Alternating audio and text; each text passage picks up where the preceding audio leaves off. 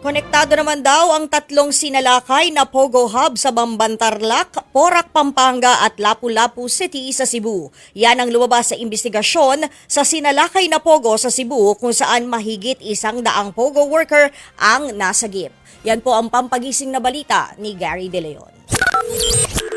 Dinala sa custodial facility ng Presidential Anti-Organized Crime Commission o PAOK sa Pasay City ang halos 170 Pogo worker mula sa Cebu.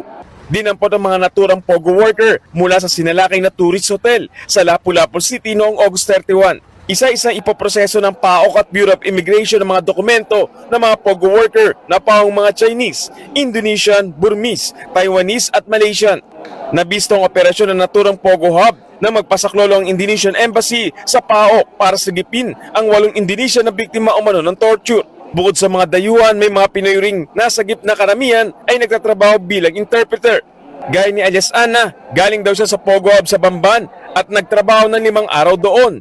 Pero nang salakay noong Marso, na-recruit daw siya sa Pogo Hub sa Porac, Pampanga. Nang makatunog din na magkakaroon ng raid sa Porac, inilipat na naman daw sila sa ibang lugar. Sabi nila may checking daw, tapos bigla kami pinalabas lahat. Huwag na magdala ng gamit, tapos babalik kami after 3 hours. Kaya lang hindi na kami nakabalik, hindi namin nakuha yung mga gamit namin doon. Tapos nag-stay na kami sa mga hotel. Inutusan daw sila ng mga Chinese nilang boss na itago ang mga dayuhang Pogo worker at itakas patungong Lapu-Lapu City sa Cebu. Yung pong iba po hindi na sumama doon, nagsibalikan ng Manila. Yung iba po nagsitakas pagkabigay ng mga passport ng mga ibang Indonesian. Pero nagsitakas na po sila.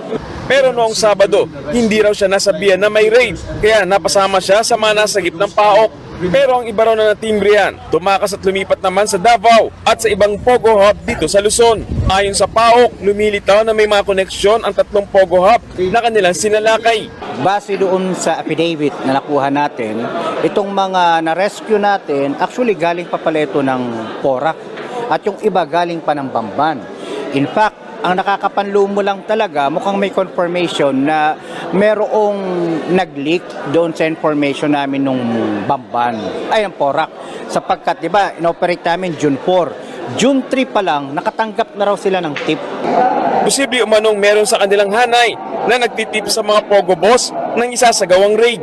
Na kailangan malaman namin kung saan ang galing yun. Confirmation talaga yun, ang matagal na namin pangamba na merong somewhere, someone na nagkanulo doon sa operation ng Porac.